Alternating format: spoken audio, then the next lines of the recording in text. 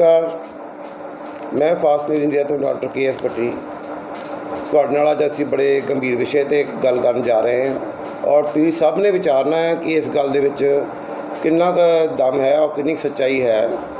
ਅਸੀਂ ਤੁਹਾਡੇ ਨਾਲ ਚਰਚਾ ਕਰਾਂਗੇ ਕਿ ਕੱਲ੍ਹ ਜਿਹੜੀ ਸ਼ਹੀਦ ਭਗਤ ਸਿੰਘ ਪ੍ਰੈਸ ਐਸੋਸੀਏਸ਼ਨ ਵੱਲੋਂ ਕਾਲਾ ਦਿਵਸ ਮਨਾਇਆ ਗਿਆ और वो काला दिवस क्यों मनाया गया। फाजिलका के एक पत्रकार सुनील सेन के उपर एक झूठा पर्चा दर्ज किया गया। ये झूठा पर्चा है, असी 2 दिन पड़ताल की, अपने तौर पर बड़ा डूंगी तरह सोचा विचारिया और असी इस नतीजे पहुँचे कि पर्चा जो उसके उपर किया गया झूठा किया गया और एक पत्रकारिता की आवाज़ को दबाने की कोशिश की गई है और उसकी आज़ादी को खोने की कोशिश की गई है। तो तुहानूं दस दईए कि पत्रकार सुनील सेन जो शहीद भगत सिंह प्रैस एसोसीएशन के जोड़े फाजिलका यूनिट के चेयरमैन हैं, उन्होंने किसी वकील के उपर किसी की शिकायत देने के बाद उसकी पड़ताल करनी शुरू की कि उसकी फर्जी डिग्री लैके कोई वकालत कर रहा वकील फाजिलका डिस्ट्रिक्ट बजाय इसके कि उसकी पड़ताल का उसको सही जवाब दिता जाए या DBA वालों सहयोग दिता जाए, उसके उपर ब्लैकमेलिंग का पर्चा दर्ज कराया गया।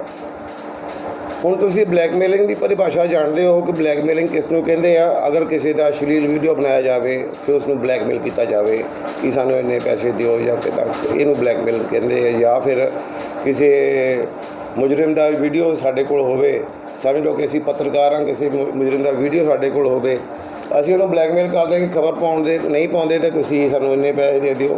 लेकिन सानूं इत्थे ब्लैकमेलिंग नज़र नहीं आई। जो SHO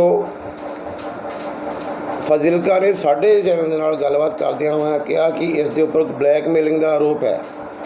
हुण ब्लैकमेलिंग अगर कोई पत्रकार किसी नाल कीती हुई गलबात फोन रिकॉर्ड करके सोशल मीडिया पर पाउंदा है, कोई किसी अखबार में छापदा है, वो ब्लैकमेलिंग नहीं होती है। वो उन्होंने दर्शाती नहीं ब्लैकमेलिंग हो रही है, वो दर्शाती है उसकी पारदर्शिता जो वो लोगों के अगे रख रहा है कि उसकी तफ्तीश में की आया और यह ब्लैकमेलिंग के दायरे तो बाहर जाती। लेकिन सानू नहीं पता है ब्लैकमेलिंग का पर्चा उसके उपर किवें किया गया। दूसरी गल साडे मन में सवाल यह है कि तुसी भी सोचोगे कि जे एक पत्रकार किसी के कहण दे किसी शिकायत के उपर कोई तफ्तीश करता है, समझ लो कि धरना हो रहा है या वो कोई लोग अपना शायद हो गैर कानूनी तरीके नाल हिंसा भड़का रहे होण या उत्थे पत्रकार करदा अपनी कवरेज करता है तो सैक्शन 19A के तहत वो उस भीड़ का हिस्सा नहीं मनिया जाता, उसकी कवरेज कर रहा हो। जिवें कि वकील साहब किसी कातल का केस लड़ते हैं, वो कातल नहीं होंगे। उस तरह ही पत्रकार जे किसी की शिकायत के उपर किसी की सूचना के उपर किसी चीज़ की पड़ताल करता है तो पड़ताल जो है शिकायत करता है तो अपनी जगह पर बैठा है, हो सकता वो सही हो सकता वो गलत हो, लेकिन पड़ताल करने एक पत्रकार की आज़ादी है। अगर उसकी पड़ताल हो सकता वो कामयाब होंदा या सही मिलती जानकारी या नहीं सही मिलती, लेकिन पत्रकार की पड़ताल को रोकया नहीं जा सकता। वो स्टिंग ऑपरेशन भी करते हैं। हुण इहनूं ब्लैकमेलिंग किवें कह सकते हैं, लेकिन जे उसनूं दबाया जाए तो पत्रकार दी पत्रकारिता की आज़ादी के उपर सीधा हमला है। तो हुण असीं गल करते हैं DBA फाजिलका दी जिथे का वो वकील प्रैक्टिस करता है। असीं कहने कि मानते हैं कि वकील सही होगा या नहीं होगा, लेकिन DBA का रोल इत्थे की है। तुहाडे हुण तुसीं सारे सोचो कि साडे वकील दोस्त भी विच ही होणगे जो सानूं देख रहे होणगे कि DBA एक संस्था है कि जो कि अपने वकीलों के उसनूं कंट्रोल करती है, उसकी नुमाइंदगी करती है। लेकिन DBA इहो जिहा रोल नहीं कोई करती कि बाहर किसी बंदे के उपर इदां ब्लेम लाया जाए किसी एक पर्सनल रंजिश के कारण कि जे हुण DBA एक व्यक्ति के खिलाफ एक पत्रकार के खिलाफ शिकायत लेके जाती है और एक रेजोल्यूशन पास करती जो रजिस्टर पर दर्ज नहीं है और लेकिन उस डॉक्यूमेंट उपर रेजोल्यूशन लिखा है तो पहली गल तो वो डॉक्यूमेंट वैध नहीं है, वैलिड नहीं है। तो जे वो अपने डॉक्यूमेंट वैलिड कहती है तो उसमें अपने रेजोल्यूशन रजिस्टर पर पाना चाहिए है, वो पाँदी नहीं है। लेकिन एक वकील के ਸ਼ਿਕਾਇਤ ਦੇ ਉੱਪਰ ਸਿਰਫ ਇੱਕ ਬਿਆਨਾਂ ਦੇ ਉੱਪਰ ਬਿਨਾਂ ਪੜਤਾਲ ਤੋਂ ਬਿਨਾਂ ਜਾਂਚ ਤੋਂ ਪਰਚਾ ਦਰਜ ਕਰ ਦੇਣਾ, ਇਹ ਉਸਦੇ ਇੱਕ ਮੌਲਿਕ ਅਧਿਕਾਰਾਂ ਦਾ ਔਰ ਮਾਨਵ ਅਧਿਕਾਰਾਂ ਦਾ ਹਨਨ ਹੈ। ਮੌਲਿਕ ਅਧਿਕਾਰ ਕਿਵੇਂ ਆ, ਤੁਹਾਨੂੰ ਅੱਗੇ ਦੱਸਦੇ ਹਾਂ ਕਿ ਜਦੋਂ ਪਰਚਾ ਦਰਜ ਕਰਕੇ ਜੱਜ ਸਾਹਿਬ ਦੇ ਕੋਲ ਪੱਤਰਕਾਰ ਸੁਨੀਲ ਸੇਨ ਨੂੰ ਲੈ ਕੇ ਜਾਇਆ ਗਿਆ ਤੇ ਸੰਵਿਧਾਨ ਨੇ ਸਾਨੂੰ 7 ਮੌਲਿਕ ਅਧਿਕਾਰ ਦਿੱਤੇ। ਸਭ ਨੂੰ ਪਤਾ ਹੈ ਕਿ ਉਸ ਤੋਂ ਇੱਕ ਅਧਿਕਾਰ ਹੈ ਰਾਈਟ ਟੂ ਜਸਟਿਸ। ਔਰ DBA ਇੱਕ ਜ਼ਿੰਮੇਵਾਰ ਸੰਸਥਾ ਹੋਣ ਦੇ ਨਾਤੇ ਉਸਨੇ ਇਹ ਨਹੀਂ ਸੋਚਿਆ ਕਿ ਸੰਵਿਧਾਨ ਇਸ ਦੀ ਇਜਾਜ਼ਤ ਸਭ ਨੂੰ ਦੇ ਰਿਹਾ ਹੈ ਔਰ ਉਹ ਲਾਅ ਪ੍ਰੈਕਟਿਸ ਕਰਦੇ ਨੇ, ਉਹਨਾਂ ਨੂੰ ਜ਼ਿਆਦਾ ਪਤਾ ਹੈ ਇਸ ਚੀਜ਼ ਬਾਰੇ, ਲੇਕਿਨ ਉਹਨਾਂ ਨੇ ਜ਼ਿੰਮੇਵਾਰੀ ਨਹੀਂ ਸਮਝੀ ਆਪਣੀ ਕਿ ਇਸ ਨੂੰ ਇੱਕ ਵਕੀਲ ਕਰਕੇ ਆਪਣੀ ਨੁਮਾਇੰਦਗੀ ਕਰ ਦਿੱਤੀ ਜਾਵੇ ਅਤੇ ਉਸ ਦੇ ਮੌਲਿਕ ਅਧਿਕਾਰਾਂ ਔਰ ਮਾਨਵ ਅਧਿਕਾਰਾਂ ਦੋਨਾਂ ਦਾ ਉੱਥੇ ਹਨਨ ਕਰਦੀ ਹੈ। ਔਰ ਇੱਕ ਧਾਰਾ 120B ਜੋ ਪੱਤਰਕਾਰ ਦੇ ਖਿਲਾਫ ਲਾਈ ਗਈ ਹੈ, 120B ਇੱਕ ਬੜੀ ਸੰਗੀਨ ਧਾਰਾ ਜੋ ਕਿ ਸਾਜ਼ਿਸ਼ ਤਹਿਤ ਲਾਈ ਗਈ ਹੈ। ਅਸੀਂ ਸਾਜ਼ਿਸ਼ ਕਹਾਂਗੇ, ਤੁਹਾਨੂੰ ਹੁਣ ਦੱਸਦੇ ਸਾਜ਼ਿਸ਼ ਕਿਵੇਂ ਹੈ। ਕਿ ਸਾਜ਼ਿਸ਼ ਤਹਿਤ ਲਾਈ ਗਈ ਹੈ ਕਿ ਇੰਨੀ ਸੰਗੀਨ ਹੁੰਦੀ ਹੈ ਕਿ ਜੇ ਤੋਂ ਨਿਕਲਣਾ ਬੜਾ ਮੁਸ਼ਕਿਲ ਹੁੰਦਾ, ਜ਼ਮਾਨਤ ਨਹੀਂ ਮਿਲਦੀ, ਇਸ ਕਰਕੇ ਧਾਰਾ ਲਾਈ ਗਈ ਹੈ। ਲੇਕਿਨ ਸਾਜ਼ਿਸ਼ ਨੂੰ ਸਾਬਤ ਕਰਨਾ DBA ਲਈ ਬੜਾ ਹੀ ਮੁਸ਼ਕਿਲ ਹੈ। ਲੇਕਿਨ ਅਸੀਂ ਇੱਥੇ ਬੈਠੇ ਆਪਣੇ ਆਪਣੇ ਦਫ਼ਤਰਾਂ ਵਿੱਚ ਇਸ ਸਾਜ਼ਿਸ਼ ਨੂੰ ਦੇਖ ਰਹੇ ਹਾਂ ਕਿ ਜਦ ਇੱਕ ਕੋਈ ਵੀ ਅਪਰਾਧੀ ਵੀ ਹੋਵੇ ਉਹ ਜੱਜ ਦੇ ਅੱਗੇ ਪੇਸ਼ ਕੀਤਾ ਜਾਂਦਾ ਹੈ, ਉਸ ਨੂੰ ਵਕੀਲ ਕਰਨ ਦਾ ਅਧਿਕਾਰ ਹੈ। ਉਸ ਨੂੰ ਕੋਈ ਕਾਤਲ ਵੀ ਹੋਵੇ, ਕੋਈ ਰੇਪਿਸਟ ਹੋਵੇ, ਉਸ ਨੂੰ ਵਕੀਲ ਕਰਨ ਦਾ ਅਧਿਕਾਰ ਹੈ। ਉਸ ਨੂੰ ਵਕੀਲ ਨਹੀਂ ਕੀਤਾ ਜਾਂਦਾ, ਕਰਨ ਦਿੱਤਾ ਗਿਆ। ਇਹ ਹੈ ਉਹਦੇ ਪਹਿਲੇ ਮੌਲਿਕ ਅਧਿਕਾਰਾਂ ਦਾ ਰਾਈਟ ਟੂ ਜਸਟਿਸ ਔਰ ਮਾਨਵ ਅਧਿਕਾਰਾਂ ਦਾ ਹਨਨ।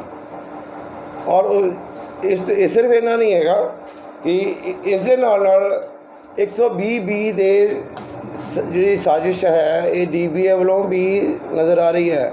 ਇਸ ਨੂੰ ਕਹਿੰਦੇ ਨੇ ਸਾਜ਼ਿਸ਼ ਕਿ ਇਸ ਨੂੰ ਵਕੀਲ ਵੀ ਨਹੀਂ ਕਰਨ ਦੇਣਾ, ਇਸ ਨੂੰ ਇਹਦੀ ਸੁਣਵਾਈ ਵੀ ਨਹੀਂ ਹੋਣ ਦੇਣੀ, ਅਤੇ ਲੇਕਿਨ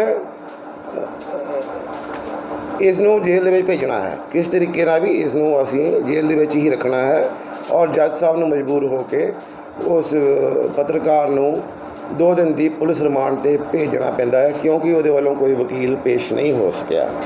ਅਤੇ ਹੁਣ ਅਸੀਂ ਅਗਲੇ ਮੁੱਦੇ ਦੇ ਉੱਪਰ ਆਉਂਦੇ ਹਾਂ ਕਿ ਬਹੁਤੇ ਪੱਤਰਕਾਰ ਨੇ ਸਾਡੇ ਜਲੰਧਰ ਵਿੱਚ ਵੀ ਹੋਰ ਸ਼ਹਿਰਾਂ ਵਿੱਚ ਵੀ ਜਿਨ੍ਹਾਂ ਕੋਲ DPRO ਨੇ ਕੋਈ ਕਾਰਡ ਇਸ਼ੂ ਨਹੀਂ ਕੀਤਾ। ਵੈੱਬ ਚੈਨਲ ਨੂੰ ਕਿਸੇ ਲਾਇਸੈਂਸ ਦੀ ਜ਼ਰੂਰਤ ਨਹੀਂ ਹੁੰਦੀ। ਗੂਗਲ ਲਾਇਸੈਂਸ ਜਿਹੜਾ YouTube ਚੈਨਲ ਚਲਾਉਂਦੇ ਨੇ ਯੂਟਿਊਬਰਸ ਨੇ, ਉਹਨਾਂ ਨੂੰ YouTube ਸਟੈਂਡਰਡ ਲਾਇਸੈਂਸ ਜਿਹੜਾ ਹੈਗਾ YouTube ਹੀ ਦਿੰਦੀ ਹੈ। ਔਰ ਸੋਸ਼ਲ ਮੀਡੀਆ 'ਤੇ ਲੋਕ ਪਾ ਰਹੇ ਨੇ, ਇੰਨੀਆਂ ਪੋਸਟਾਂ ਪਾ ਰਹੇ ਨੇ, ਫਿਰ ਤਾਂ ਉਹ ਵੀ ਬੈਨ ਹੋ ਜਾਣਗੀਆਂ। ਇੱਕ ਪੱਤਰਕਾਰਤਾ ਇੱਕ ਡਿਫਾਈਨਡ ਕੈਟਾਗਰੀ ਹੈਗੀ ਜਿੱਥੇ ਕਿ ਅਸੀਂ ਇੱਕ ਸੰਗਠਨ ਦੇ ਤਹਿਤ ਇੱਕ ਚੈਨਲ ਦੇ ਨਾਲ ਜੁੜ ਕੇ ਪੱਤਰਕਾਰਤਾ ਕਰਦੇ ਹਾਂ ਅਤੇ ਵੈੱਬ ਚੈਨਲ ਨੂੰ ਕੋਈ ਲਾਇਸੈਂਸ ਦੀ ਜ਼ਰੂਰਤ ਨਹੀਂ ਹੈਗੀ। ਅਸੀਂ ਬਹੁਤ ਕਿਤਾਬਾਂ ਪੜ੍ਹੀਆਂ, ਬਹੁਤ ਕਾਨੂੰਨ ਦੇਖੇ ਜਿਹੜੇ ਹੈਗੇ ਆ। ਪ੍ਰਿੰਟ ਮੀਡੀਆ ਨੂੰ ਜ਼ਰੂਰ RNA ਦੀ ਜ਼ਰੂਰਤ ਪੈਂਦੀ ਆ, ਲੇਕਿਨ ਲੋੜ ਪੈਣ 'ਤੇ ਵੈੱਬ ਚੈਨਲ MSME ਰਜਿਸਟ੍ਰੇਸ਼ਨ ਕਰਾ ਸਕਦੇ ਨੇ, ਇਹ ਵੀ ਜ਼ਰੂਰੀ ਨਹੀਂ ਹੈ। ਅਤੇ ਲੇਕਿਨ ਹੁਣ ਇਹ ਇੱਕ ਚੀਜ਼ ਜਿਹੜਾ DBA ਨੇ RTI ਰਾਹੀਂ DPRO ਫਾਜ਼ਿਲਕਾ ਤੋਂ ਮੰਗੀ ਕਿ ਕੀ ਇਹਦਾ ਪੀਲਾ ਕਾਰਡ ਬਣਿਆ ਹੋਇਆ ਹੈ।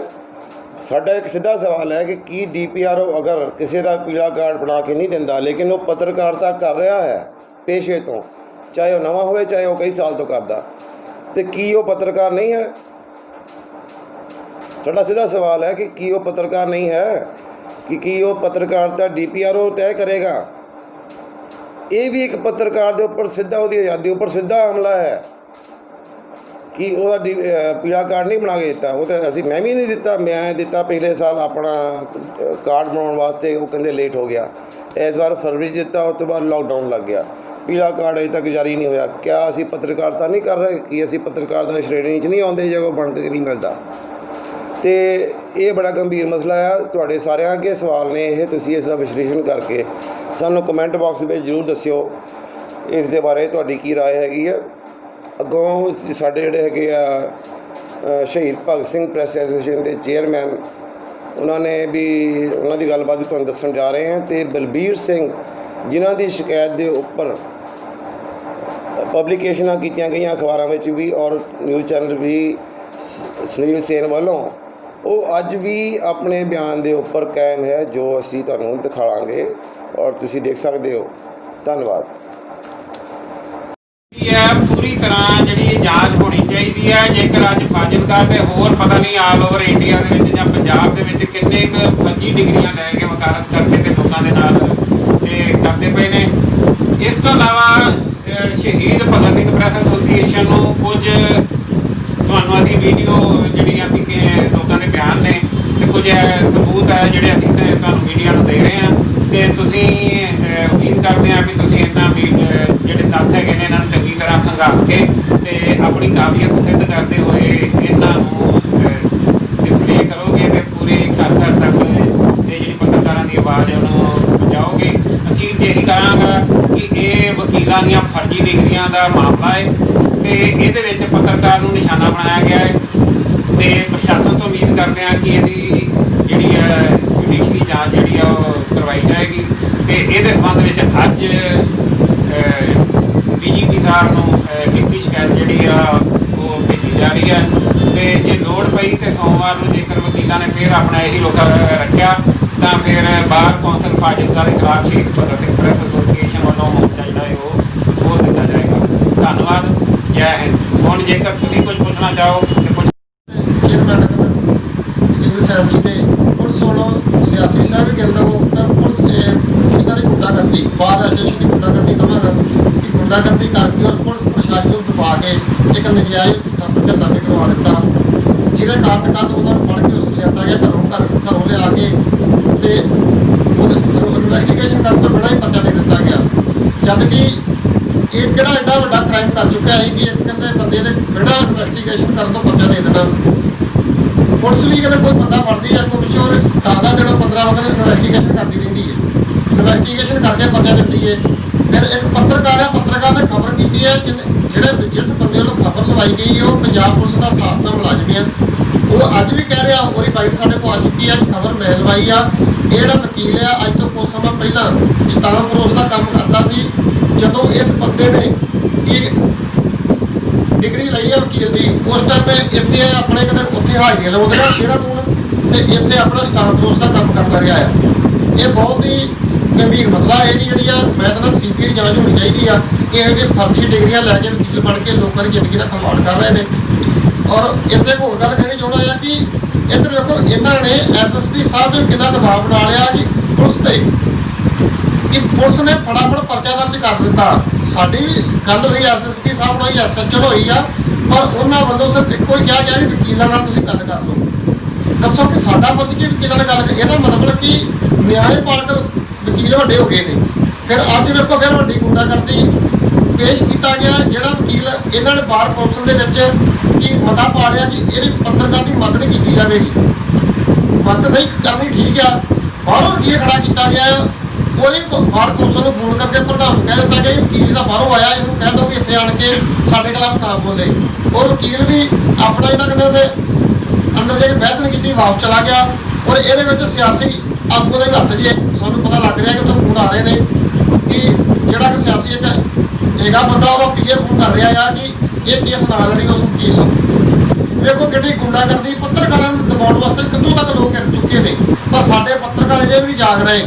ਅਜੇ ਵੀ ਅਸੀਂ ਵੱਡੀਆਂ ਪਾ ਕੇ ਬੈਠੇ ਆ 10-15 ਬੰਦੇ ਟੋਟੀਆਂ ਬਣਾ ਕੇ ਆਪੋ ਆਪਣੇ ਜ਼ਿਲ੍ਹੇ ਪ੍ਰਧਾਨ ਬਣ ਕੇ ਬੈਠੇ ਆ।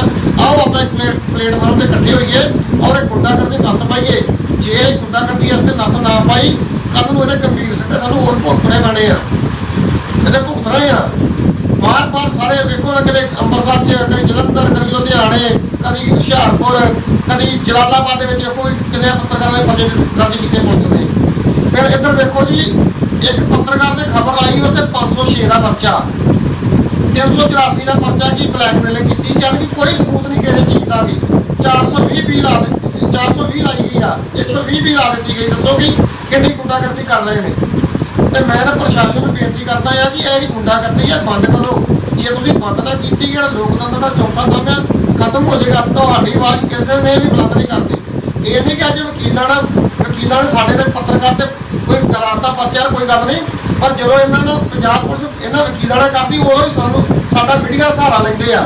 ਔਰ ਮੈਂ ਬਾਕੀ ਬਾਰ ਕੌਂਸਲਾਂ ਨੂੰ ਬੇਨਤੀ ਕਰਦਾ ਕਿ ਇਹ ਜਿਹੜੀ ਬਾਰ ਕੌਂਸਲ ਫਾਜ਼ਿਲਕਾ ਆ ਇਹਦਾ ਬਾਈਕਾਟ ਕਰੋ ਸਾਡਾ ਸਹਿਯੋਗ ਦਿਓ ਕਿਉਂ ਅਸੀਂ ਤੁਹਾਡੇ ਨਾਲ ਸਾਡਾ ਨੌਂ ਮਸਲਾ ਇਸ ਤਰ੍ਹਾਂ ਕਿਹਾ ਜਾਂਦਾ ਆ। ਪਰ ਇਸ ਟਾਈਮ ਜਿਹੜਾ 9 ਮਾਰਚ ਦਾ ਰਿਸ਼ਤਾ ਆ ਇਹ ਬਾਰ ਕੌਂਸਲ ਫਾਜ਼ਿਲਕਾ ਵੱਲੋਂ ਖਤਮ ਕੀਤਾ ਜਾ ਰਿਹਾ, ਉਹ ਵੀ ਇਹਨਾਂ ਜਾਲੀ ਵਕੀਲਾਂ ਕਰਕੇ, ਜੋ ਸ਼ਰੇਆਮ ਜਾਲੀ ਵਕੀਲ ਕਵਾਂਗਾ, ਕਿਉਂਕਿ ਇਹਨਾਂ ਦੀ ਡਿਗਰੀਆਂ ਜਾਲੀ ਨੇ ਤੇ ਜਾਲੀ ਕਵਾਂਗੇ ਆਪਾਂ। ਇਹ ਜਾਲੀ ਵਕੀਲਾਂ ਨੂੰ ਬਚਾਉਣ ਵਾਸਤੇ ਵੇਖੋ ਕਿਸ ਹੱਦ ਤੱਕ ਗਿਰ ਚੁੱਕੇ ਨੇ। ਤੇ ਆਓ ਆਪਾਂ ਪੱਤਰਕਾਰ ਭਾਈਚਾਰਾ ਇੱਕ ਪਲੇਟਫਾਰਮ ਤੇ ਇਕੱਠੇ ਹੋਈਏ ਔਰ ਇਕੱਠੇ ਹੋ ਕੇ ਇਹਨੂੰ ਨੱਥ ਪਾਈਏ, ਨੱਥ ਪਾ ਕੇ ਇਹਦਾ ਜਵਾਬ ਦੇਈਏ। ਧੰਨਵਾਦ ਜੀ। ਕੀਤੀ ਗਈ ਇੱਕ ਝੂਠਾ ਪਰਚਾ ਜਿਹੜਾ ਇੱਕ ਇਹਦੇ ਬੰਦੇ ਤੇ ਕੀਤਾ ਗਿਆ ਹੈ, ਤੇ ਹੋ ਸਕਦਾ ਹੈ ਵੀ ਇਸੇ ਪਰਚੇ ਦੇ ਵਿੱਚ ਆਉਣ ਵਾਲੇ ਦਿਨਾਂ ਦੇ ਵਿੱਚ ਹੋਰ ਵੀ ਪੱਤਰਕਾਰਾਂ ਨੂੰ ਇਨਵੋਲਵ ਕੀਤਾ ਜਾਵੇ। ਅਸੀਂ ਚੇਤਾਵਨੀ ਦੇਵਾਂਗੇ ਵੀ ਜਿਹੜਾ ਇਸ ਬੰਦੇ ਤੇ ਪਰਚਾ ਕੀਤਾ ਗਿਆ ਹੈ, ਜੇ ਹੋਰ ਕਿਸੇ ਵੀ ਪੱਤਰਕਾਰ ਨੂੰ ਝੂਠੇ ਤੌਰ ਤੇ ਫਸਾਉਣ ਦੀ ਕੋਸ਼ਿਸ਼ ਕੀਤੀ ਗਈ ਤਾਂ ਅਸੀਂ ਆਪਣੇ ਪੰਜਾਬ ਲੈਵਲ ਦੇ ਉੱਤੇ ਸਾਡੇ ਹਰ ਜਗ੍ਹਾ ਦੇ ਵਿੱਚ ਜਿਹੜੇ ਅਸੀਂ ਪ੍ਰੋਟੈਸਟ ਕਰਾਂਗੇ। ਤੇ ਨਾਲ ਦੀ ਨਾਲ ਜਿਹੜੇ ਵੀ ਵਿਅਕਤੀ ਵਿਸ਼ੇਸ਼, ਚਾਹੇ ਉਹ ਵਕੀਲ ਭਾਈਚਾਰਾ ਹੈ, ਚਾਹੇ ਉਹ ਪੁਲਿਸ ਦਾ ਭਾਈਚਾਰਾ ਹੈ, ਅਸੀਂ ਖੁੱਲ੍ਹ ਕੇ ਉਸ ਦਾ ਵਿਰੋਧ ਕਰਾਂਗੇ। ਬਾਕੀ ਅਸੀਂ ਜਾਣਦੇ ਹਾਂ ਵੀ ਸਾਡੇ ਦੇਸ਼ ਦੇ ਵਿੱਚ ਅਜੇ ਇਨਸਾਫ ਸ਼ਾਇਦ ਅਸੀਂ ਕਹਾਂਗੇ ਜ਼ਿੰਦਾ ਹੈ, ਤੇ ਬਾਕੀ ਮਨੁੱਖੀ ਅਧਿਕਾਰ ਨੇ ਜੋ ਆਰਟੀਕਲ 21 ਅਧੀਨ ਹਰ ਵਿਅਕਤੀ ਦਾ ਆਪਣਾ ਪ੍ਰੋਟੈਕਸ਼ਨ ਜਿਹੜੀ ਉਹ ਦਿੰਦੇ ਨੇ। ਅਸੀਂ ਉਮੀਦ ਕਰਦੇ ਹਾਂ ਜੋ ਅੱਜ ਇੱਕ ਵਕੀਲਾਂ ਵੱਲੋਂ ਜੋ ਇੱਕ ਹਰਕਤ ਕੀਤੀ ਗਈ ਹੈ ਉਹ ਸਰਾਸਰ ਇੱਕ ਲੋਕਤੰਤਰ ਦੇ ਉੱਤੇ ਇੱਕ ਧੱਬਾ ਹੈ। ਤੇ ਉਮੀਦ ਕਰਦੇ ਹਾਂ ਕਿ ਸਾਡੇ ਜਿਹੜੇ ਜੁਡੀਸ਼ਰੀ ਦੇ ਮਾਣਯੋਗ ਜੱਜ ਨੇ, ਜਾਂ ਇੱਕ ਸਾਡੇ ਗ੍ਰਹਿ ਮੰਤਰੀ ਵਿਭਾਗ ਹੈ, ਜਾਂ ਇੱਕ ਹੋਰ ਰਾਸ਼ਟਰਪਤੀ ਹੈ, ਉਹ ਇਹਦਾ ਕੜਾ ਸੰਗਿਆਨ ਲੈਣਗੇ ਤੇ ਜਿਹੜੇ ਵੀ ਵਕੀਲਾਂ ਨੇ ਇਹ ਕੰਡੈਮਡ ਆਫ ਕੋਰਟ ਕੀਤੀ ਹੈ ਉਹਨਾਂ ਤੇ ਬਕਾਇਦਾ ਇੱਕ ਮੈਟਰ ਜਿਹੜਾ ਰਜਿਸਟਰਡ ਹੋਣਾ ਚਾਹੀਦਾ ਹੈ। ਤੇ ਇਹਨਾਂ ਸਾਰੇ ਵਕੀਲ ਜਿਹੜੇ ਵੀ ਇਸ ਕਨਸਪੀਰੇਸੀ 'ਚ ਇਨਵੋਲਵ ਨੇ, ਹਰ ਇੱਕ ਦੀਆਂ ਡਿਗਰੀਆਂ ਜਿਹੜੀਆਂ ਕੈਂਸਲ ਹੋਣੀਆਂ ਚਾਹੀਦੀਆਂ ਨੇ। ਬਾਕੀ ਅਸੀਂ ਇਹ ਉਮੀਦ ਕਰਦੇ ਹਾਂ ਵੀ ਜੁਡੀਸ਼ਰੀ ਸਾਨੂੰ ਇਨਸਾਫ ਦੇਵੇਗੀ, ਤੇ ਜੇਕਰ ਜੁਡੀਸ਼ਰੀ ਇਨਸਾਫ ਨਹੀਂ ਦਿੰਦੀ ਤਾਂ ਅਸੀਂ ਇਹੋ ਕਹਾਂਗੇ ਵੀ ਹਿੰਦੁਸਤਾਨ ਜਿਹੜਾ ਵਾ ਸ਼ਾਇਦ ਅੱਜ ਇੱਕ ਤਾਲਿਬਾਨ ਜਾਂ ਅਫਗਾਨਿਸਤਾਨ ਦਾ ਨਕਸ਼ੇ ਕਦਮ ਤੇ ਚੱਲਣ ਦੀ ਕੋਸ਼ਿਸ਼ ਕਰ ਰਿਹਾ ਹੈ, ਤੇ ਜਿਸ ਦਾ ਖਮਿਆਜ਼ਾ ਇੱਕ ਆਮ ਜਨਤਾ ਦੇ ਨਾਲ ਨਾਲ ਇਹੋ ਜਿਹੇ ਭ੍ਰਸ਼ਟ ਅਧਿਕਾਰੀਆਂ ਨੂੰ ਵੀ ਆਉਣ ਸਾਹਮਣੇ ਜਿਹੜਾ ਭੁਗਤਣਾ ਪਏਗਾ। ਮੇਰਾ ਨਾਮ ਬਲਵੀਰ ਸਿੰਘ। ਬੀਤੇ ਦਿਨ ਕੀ ਰੌਲਾ ਪਿਆ? ਬੀਤੇ ਦਿਨ ਇਹ ਰੌਲਾ ਪਿਆ ਸੀ ਜੋ ਕ੍ਰਿਸ਼ਨ ਗੋਪਾਲ ਸੈਨ ਜ਼ਿਲ੍ਹਾ Fazilka court complex chamber number 38 ਦੇ ਵਿੱਚ ਵਕਾਲਤ ਕਰ ਰਿਹਾ ਇੱਕ ਫਰਜ਼ੀ ਵਕੀਲ ਸੀ, ਜਿਹਦੇ ਸਬੰਧ ਵਿੱਚ 18/3/2020 ਨੂੰ ਇੱਕ ਦਰਖਾਸਤ ਜ਼ਿਲ੍ਹਾ ਬਾਰ ਐਸੋਸੀਏਸ਼ਨ ਫਾਜ਼ਿਲਕਾ ਦੇ ਪ੍ਰਧਾਨ ਨੂੰ, SSP ਫਾਜ਼ਿਲਕਾ ਨੂੰ, IG ਕ੍ਰਾਈਮ ਚੰਡੀਗੜ੍ਹ ਮਾਨਯੋਗ ਸੈਸ਼ਨ ਜੱਜ ਸਾਹਿਬ ਫਾਜ਼ਿਲਕਾ ਨੂੰ ਦਿੱਤੀ ਸੀ। ਪਰ ਫਾਜ਼ਿਲਕਾ ਦੇ ਬਾਰ ਐਸੋਸੀਏਸ਼ਨ ਦੇ ਪ੍ਰਧਾਨ ਨੇ ਉਹਦੇ ਉੱਪਰ ਕੋਈ ਕਾਰਵਾਈ ਨਾ ਕੀਤੀ। ਫਿਰ 2/6 ਨੂੰ ਮੈਂ ਰਿਮਾਈਂਡਰ ਦਿੱਤਾ, ਉਹਦੇ ਉੱਪਰ ਵੀ ਕੋਈ ਕਾਰਵਾਈ ਨਹੀਂ ਹੋਈ। 3/6 ਨੂੰ ਮੈਂ ਫਿਰ ਇੱਕ YouTube ਦੇ ਉੱਤੇ ਖਬਰ ਲਵਾਈ। YouTube ਤੇ ਖਬਰ ਲਵਾਉਣ ਤੋਂ ਬਾਅਦ ਅੱਜ ਫਿਰ ਮੈਂ ਕਿਹੜੇ ਚੈਨਲ ਵਿੱਚ? ਇਹ ਖੁਸ਼ਦਿਲ ਚੈਨਲ ਦੇ ਉੱਤੇ ਠੀਕ ਅੱਜ ਹੈ। ਮੈਂ ਫਿਰ ਇਹਦਾ ਲਾਇਸੈਂਸ ਕੈਂਸਲ ਕਰਾਉਣ ਲਈ ਕੋਈ ਇੱਕ ਫਰਜ਼ੀ ਵਕੀਲ ਆ ਜ਼ਿਲ੍ਹਾ ਬਾਰ ਐਸੋਸੀਏਸ਼ਨ ਦੇ ਪ੍ਰਧਾਨ ਬਾਰ ਐਸੋਸੀਏਸ਼ਨ ਦੇ ਪ੍ਰਧਾਨ ਚੇਅਰਮੈਨ ਚੰਡੀਗੜ੍ਹ ਨੂੰ ਇੱਕ ਫਿਰ ਲਿਖਤੀ ਦਰਖਾਸਤ ਭੇਜੀ ਹੈ ਜਿਹਦਾ ਲਾਇਸੈਂਸ ਜਿਹੜਾ ਕੈਂਸਲ ਕੀਤਾ ਜਾਵੇ, ਕਿਉਂਕਿ ਇੱਕ ਫਰਜ਼ੀ ਕ੍ਰਿਸ਼ਨ ਗੋਪਾਲ ਸੈਨ ਵਕੀਲ ਆ।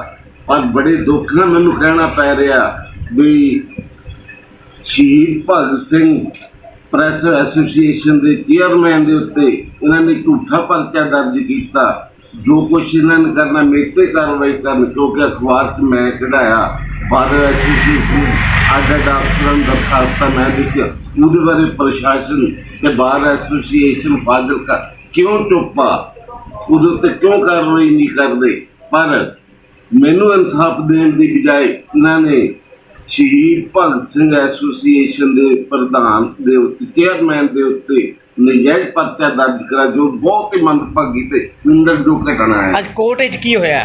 ਕੋਰਟ ਦੇ ਵਿੱਚ ਜੋ ਕੁਝ ਵੀ ਹੋਇਆ ਦੇਖਣ ਤੋਂ ਸਾਫ਼ ਜ਼ਾਹਰ ਲੱਗਦਾ ਸੀ ਵੀ ਜਿਹੜੀ ਐਸੋਸੀਏਸ਼ਨ ਫਾਜ਼ਿਲਕਾ ਉਹ ਆਪਦਾ ਪੱਲੜਾ ਛੁਡਾ ਕੇ ਭੱਜ ਰਹੀ ਸੀ, ਕਿਉਂਕਿ ਜਦੋਂ ਅਸੀਂ ਪੇਸ਼ ਹੋਏ ਆ ਜੱਜ ਸਾਹਿਬ ਦੇ, ਇਹਨਾਂ ਦੇ ਸਾਫ਼ ਪਤਾ ਲੱਗਦਾ ਸੀ ਕਿ ਜਿਹੜੀ ਐਸੋਸੀਏਸ਼ਨ ਗਲਤ ਬੰਦੇ ਦਾ ਸਾਥ ਦੇ ਰਹੀ ਹੈ, ਜਿਹਦੇ ਕਰਕੇ ਆਪਦੇ ਆਪ ਨੂੰ ਪੱਲਾ ਛੜਾ ਕੇ ਕੋਰਟ ਤੋਂ ਬਾਅਦ ਭੱਜਣ ਦੀ ਕੋਸ਼ਿਸ਼ ਕਰਦੀ ਪਈ ਸੀ। ਠੀਕ ਹੈ, ਹੁਣ ਤੁਸੀਂ ਕਿਹੜੀ ਕੰਪਲੇਂਟ ਭੇਜੀ ਹੈ? ਹੁਣ ਅਸੀਂ ਇਹ ਭੇਜੀਏ ਵੀ ਜਿਹੜਾ ਕ੍ਰਿਸ਼ਨ ਗੋਪਾਲ ਸੈਨ ਆ ਉਹਦਾ ਜਿਹੜਾ ਲਾਇਸੈਂਸ ਉਹ ਕੈਂਸਲ ਕੀਤਾ ਜਾਵੇ। ਉਹ ਇੱਕ ਫਰਜ਼ੀ ਵਕੀਲ ਆ, ਇੱਕ ਫਰਜ਼ੀ ਵਕੀਲ ਨੂੰ ਬਚਾਉਣ ਦੇ ਲਈ ਕ੍ਰਿਸ਼ਨ ਗੋਪਾਲ ਸੈਨ ਦੀ ਖਾਤਰ ਸੁਨੀਲ ਕੁਮਾਰ ਸੈਨ ਦਾ ਕੋਈ ਵਕੀਲ ਤੱਕ ਨਹੀਂ ਹੋਣ ਦਿੱਤਾ। ਸਾਰਿਆਂ ਨੇ ਆਪ ਹੀ ਮਤਾ ਪਾਸ ਕਰਕੇ ਉਹਦੇ ਨਾਲ ਇੰਨਾ ਧੱਕਾ ਇੱਕ ਫਰਜ਼ੀ ਵਕੀਲ ਨੂੰ ਬਚਾਉਣ ਦੀ ਖਾਤਰ ਜੋ ਕੁਝ ਦੇਖਿਆ ਮੌਕਾ ਅਸੀਂ ਅੱਖੀਂ ਵੇਖਿਆ ਵੀ ਜਿਹੜੇ ਸਾਰੇ ਹੀ ਉਹਦੇ ਲਈ ਇੱਕ ਫਾਈਲ ਕੱਟ ਵਕੀਲ ਵੀ ਨਹੀਂ ਛੱਡਿਆ ਕਿ ਉਹਨੂੰ ਕੋਈ ਇਨਸਾਫ ਦਵਾ ਸਕੇ।